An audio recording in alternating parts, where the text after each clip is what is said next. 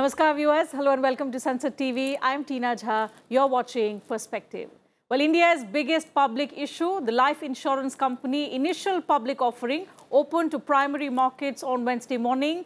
The government has fixed the LIC IPO price band at 902 to 949 rupees per equity share, announcing 60 rupees discount to the policyholders and rupees 45 discount to LIC employees applying for the public issue, which opened first to anchor investors on the 2nd of May and will remain open for bidding to the general public till the 9th of May. The total value of LIC IPO is set at 21,000 crore rupees, making it India's biggest public issue to date. So on the show today, we will be discussing all aspects related to this big development. How was the response from the anchor investors?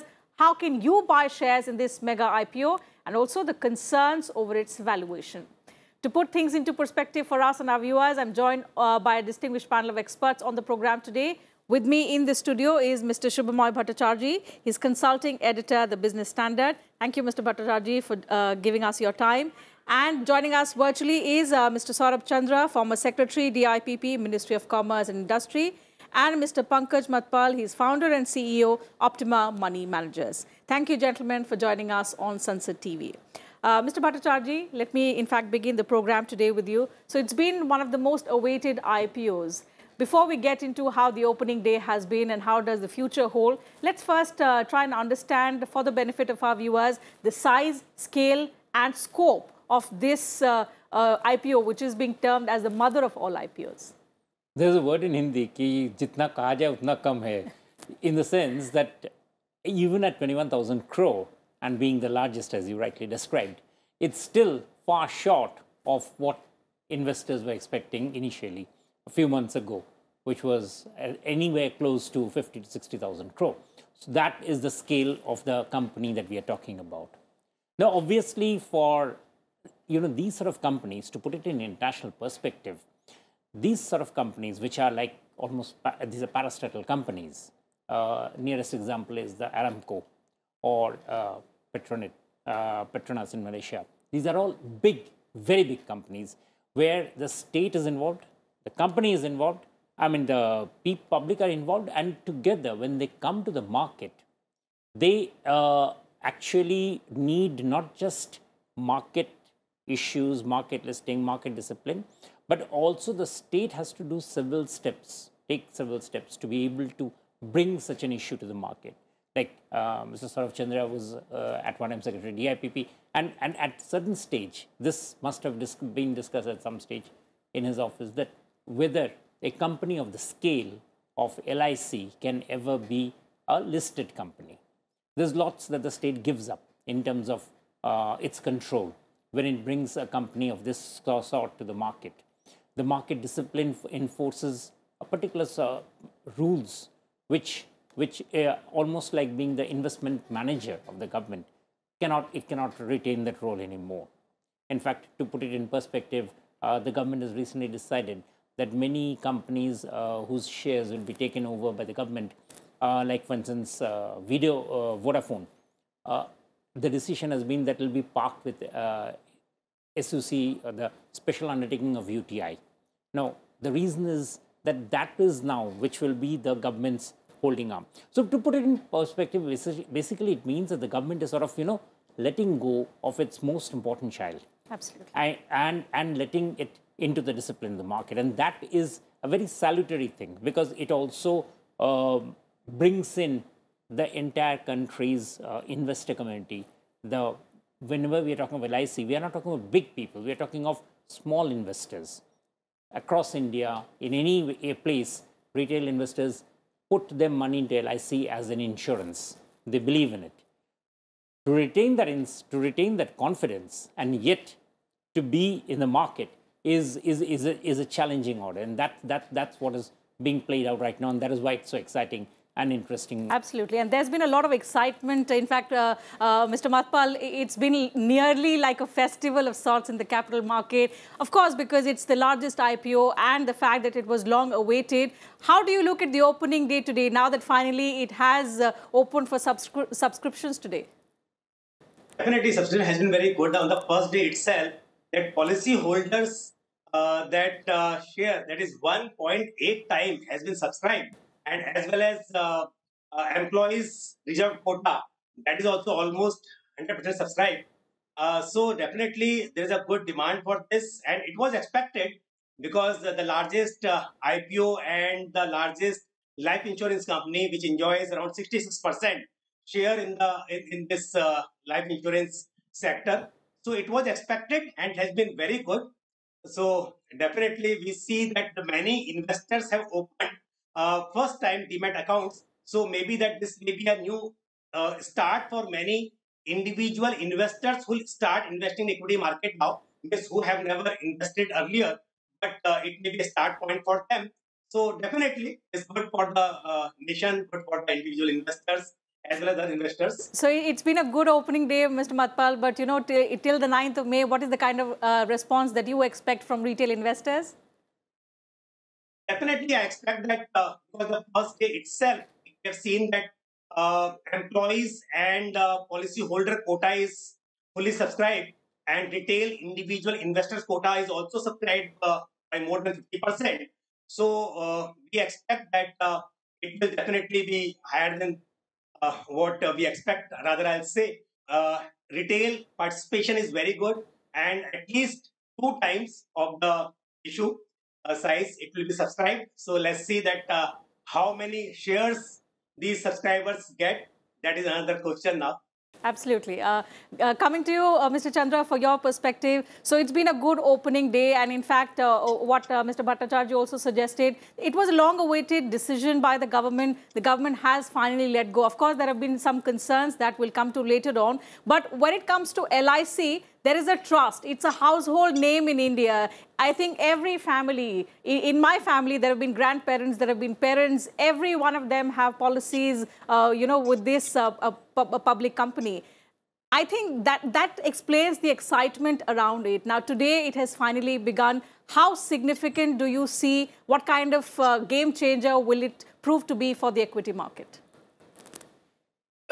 Listing is always better for the stakeholders. You see, once a company gets listed, SEBI LODR regulations 2015 come into play. All material events will have to be disclosed. So it's essential for transparency, for fair play, that listing is done. So this is the right step. Accounting practices would have to be brought in line with gaps. In addition, all related party transactions will have to be disclosed. Therefore, listing, in my opinion, is always beneficial for all stakeholders, including policyholders and equity holders. So this is a positive step. The interest that has been shown till now is encouraging. This issue is going to be oversubscribed. There is always already a grey market premium, albeit not a very big amount, but it's still there. So the chances are that it will be listed at a premium. Okay, Mr. Bhattacharjee, so there is optimism as far as we can see, but there are also concerns at the same time regarding valuation. So what explains the valuation, the dip? Because something that was announced earlier didn't happen with 3.5% stake. Of course, the amount that we will now receive is pegged at a much lower amount that the government had initially promised. What difference does it make, and why are the opposition parties now raking up this issue of undervaluation of shares? You know, essentially, in insurance, when you assess a company, there's something called an embedded value. That what is the value of the company, that is what needs to be discovered. Now, listed companies, by normal process, that embedded value gets calculated. LIC wasn't. So there wasn't any marker available. So the government appointed a consultant company to go through the process and calculate an embedded value. Now that embedded value has come out, and on the basis of that, the share price has been issued, because everything was had to be based on what is the embedded value of LIC. Now obviously this is an estimate, and an estimate, even at the best of times, It's an estimate that you can make, I can make, depending on who's making it, that calculation will change. So there is always an issue that can be discussed. The interesting thing is that all of that doesn't matter anymore, because the company is now a listed entity.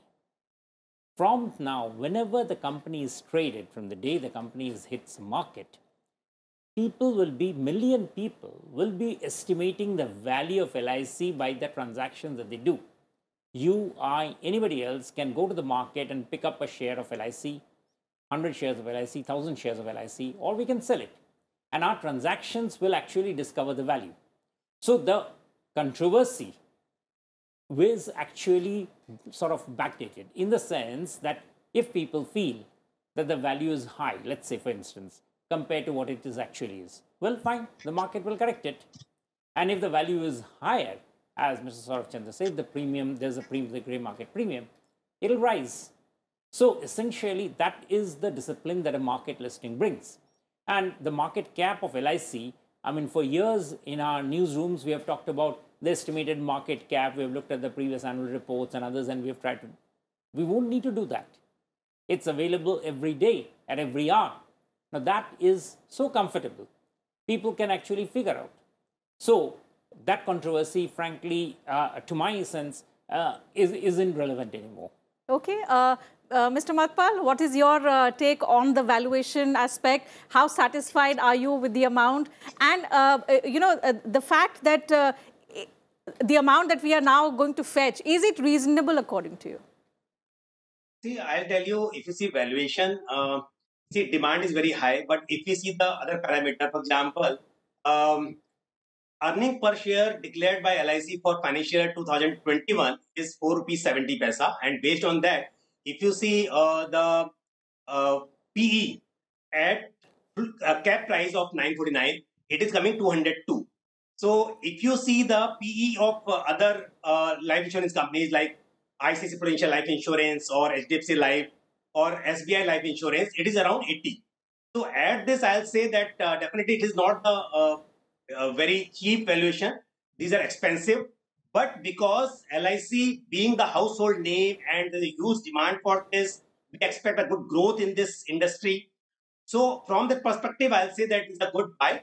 But if you see that fundamentally, then I'll say at this price, means I'm talking about the cap price, though there is a discount for policy holders as well as for employees and retail individual investors. But based on that, I'll say that it is not very cheap. So as far as listing gain is concerned, based on that grey market premium, what we are observing right now, there may be some gain. And but for long-term perspective also, we can expect that good returns from LIC shares. But again, I'll say this is not very, evaluations are not very cheap. Okay. Another concern, Mr. Chandra, has been regarding the timing, looking at the geopolitical conditions and, the fact that the listing had to be delayed for several reasons. We've seen the announcement was made earlier, and that's why it was much awaited. Now, looking at the current geopolitical conditions, the market conditions thereby, was it the right time to actually go for the subscriptions, or could we have waited for longer? Could that have made a difference? One doesn't know how the market will go in the future. So we can only think in the short term, in the present. Nobody knows how long the Russia-Ukraine war will last, where the oil prices would go. Today, the repo rate has been increased. Therefore, it is the choice of the seller, and the sellers made a choice. Now, if I'm permitted, I could say something on valuation. See, valuation is always a very difficult subject. If you price it too high, the objection is that you've left nothing for the investor on the table. If it is priced low, it is said that it's being sold off for a song. So about 15 years ago, the white paper on disinvestment was written about the first set of disinvestments which took place between 1999 and 2002. And the same issue cropped up there again, even in the CAG reports. So finally, it is in the eyes of the beholder what the value should be. There's no transparent price discovery as yet. So what happens is that you go by expert advice. I'm sure the government would have got the best possible advice and come to this price. Once it's listed, there will be a transparent price discovery on the stock markets. And what we can expect that in future, many more follow-on offers will come, and there the pricing would be as determined by the market. Okay, Mr. Bhattacharjee, another aspect which makes this unique and also attractive is that, and what analysts have been talking about, it's going to attract a lot of investors from tier 2 and tier 3 towns, something that we rarely see. Can that prove to be a watershed moment, since we're talking about the biggest IPO, the trust factor, and there's a lot of optimism riding around? Yeah, sure. I mean, that is a very significant point. I mean, we have yet to see how it plays out. We've already seen that there's been a record number of demat account opened. We have seen a record number of people coming into, I mean, doing also due diligence from small towns to be able to invest in LIC. So yes, definitely with LIC, I would say, जीवन के साथ भी और जीवन के बाद भी, people will get a sense of what is financial savings. So yes, the educational perspective, which were through an example, a live example, will definitely be useful. I mean, we can expect that if LIC does well in future, the price, those who have invested will actually have reason to feel that the stock markets and the entire financial savings behavior is actually a plus. So to that extent, lots of people could come in. But again, it is obviously therefore a risk, because there could also be downside. But this is something that we needed to take to be able to weave in the people to the idea that financial savings is best done and for a middle class, for low middle class people, instead of investing only in gold or in real estate, which are essentially hugely speculative things and frankly don't carry any appreciation. So yes, so that's definitely something. Okay. Mr. Matpal, let me come back to you for one concluding remark on how do you look at the future of this? It's, of course, being described as the mother of all IPOs. It's been termed a watershed moment for the equity market. But to see the kind of response in terms of subscriptions till the 9th of May, the opening day, we've spoken about how good the response has been and how the future will lie for this very, very big development. Definitely, the issue will be oversubscribed. There's no doubt about that. But as far as future is concerned, see, the insurance industry is growing, no doubt about that. But if you see the growth in new business of LIC, it is in fact not growing at the rate at which the private insurers are growing. So if their share in new business is down. So considering that fact, I'll say that we'll have to see, at least for next few years, definitely company will grow and people will make money, investors will make money.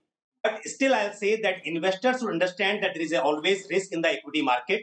So the investors who already invest in equity market, they should apply for this. Those investors who are applying first time and they think that it will be a start point and from here onwards they will participate in equity market, that is also good. But some policy holders who do not understand equity market, first time they're investing because it's an LIC IPO and they think that this is the only IPO they will participate in, then that may not be a good idea.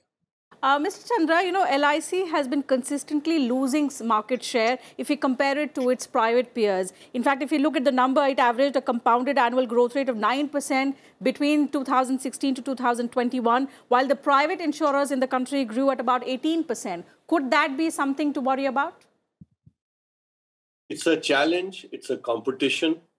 The management will have to keep an eye on the competition, and therefore they will have to improve efficiency. They will have to increase the multiple of embedded value, which would determine the market capitalization. At present, more than 60% of the premium still comes to LIC. In terms of numbers, they issue about 75% of the policies. So the other insurance companies have started from a low base. There is a base effect when you look at percentages. We should not overlook that. But the fact remains that competition is always good. It is in the interest of all stakeholders. It will bring in transparency. It will bring in efficiency. And therefore, in my opinion, listing is always a positive step. Okay, a positive step, and the competition is good, Mr. Bhattacharjee. But you know, if we compare LIC to the private peers, it does not have a very strong digital presence. Even 90% of the work even now is done through agents. So if that continues, that could be an additional cost for the company as well? Sure. And in fact, there are lots of other areas where LIC's investment portfolio, for instance, I mean, how does it manage it? What are the sort of assets that it has, the buildings that it, for instance, has? You know, those are sort of things that have been weeded out, but there is a lot still, dark areas, and those will need to be worked out carefully. Also, the fact that LIC is coming into the market at a time when the interest rates are hardening would mean that the amount of liquidity in the market, today the RBI has raised the repo rate. So it would mean that not now, not during the issue period, I mean during the IPO period, but when the company is listed. After that, what is the market liquidity? With such a large money that's been soaked out, how will that play out? These are all interesting things which the company will have to do. Essentially, it means that the company will have to be a lot smarter than it has been. And that will be a very major challenge. Indian insurance sector, unlike the Indian banking sector, hasn't been a very strong player to take advantage of the Indian growth story. There are plenty of areas, not in the life insurance, but in the general insurance sector, where the companies haven't done too well. And that's something that we are particularly worried about. So the short of it is the Indian insurance sector isn't a very, what I might say, a beacon of performance, unlike, say, the telecom sector or pharmaceutical sector or others. Now, that is something that will need to be corrected. And that is what people will be expecting it to do, to be able to ensure that it retains value for money. Absolutely. So that under-penetration is something that needs to be worked upon. Another aspect, and that's the last that I want to also touch upon very quickly, is through this, we've seen how the government has also tried to send a message on how serious it is on part of disinvestment. So even though the amount is now less, the message is loud and clear that it does not want to be in the business. And the government particularly has been quite vocal about it. But can this share go up in the times to come? If the response is good enough, can we see the 3.5% go up to a bigger number? Oh, certainly. I mean, even though, of course, the Secretary, DIPAM, has said that there will be no follow-on offer, but that's fair. That's, I mean, right now when you're issuing a share, you obviously will, I mean, that will be the position. But I would expect, in fact, that's the reason why the LIC is coming on now in May, that, you know, it gives a lot of time for the share, for the government to see how the prices has worked out, so that early next year or something, a follow-on offer is definitely possible.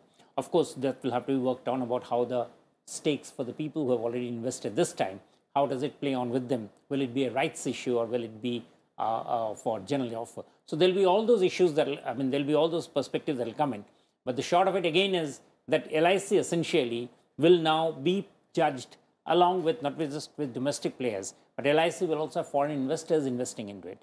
And there'll also be insurance companies. So there's a lot of dynamics that LIC will now be facing, which it wasn't facing earlier. Absolutely. And together that makes for a very exciting story. Certainly. So what that exciting LIC story is going to be something that we'll all have to wait and watch out for. So the subscription is currently open from the 4th to the 9th of May. The response on the first day has been extremely good, as Mr. Mathpal pointed out. So a few more days to go and we'll have to see where those subscription numbers stand at. But for the moment, as our panelists have suggested, there is a lot of optimism. There is a lot of positive area to look forward to, certain dark areas that LIC will have to need to work upon. So with that, I'll have to call it a wrap on this edition of Perspective. Thank you once again, gentlemen, for joining me on the program and sharing your thoughts, your views with us and our viewers. It was a pleasure having you on this edition of Perspective. So that's it from us on this edition of Perspective today, viewers. Thank you very much for your time as well. See you again tomorrow. Thank you once again.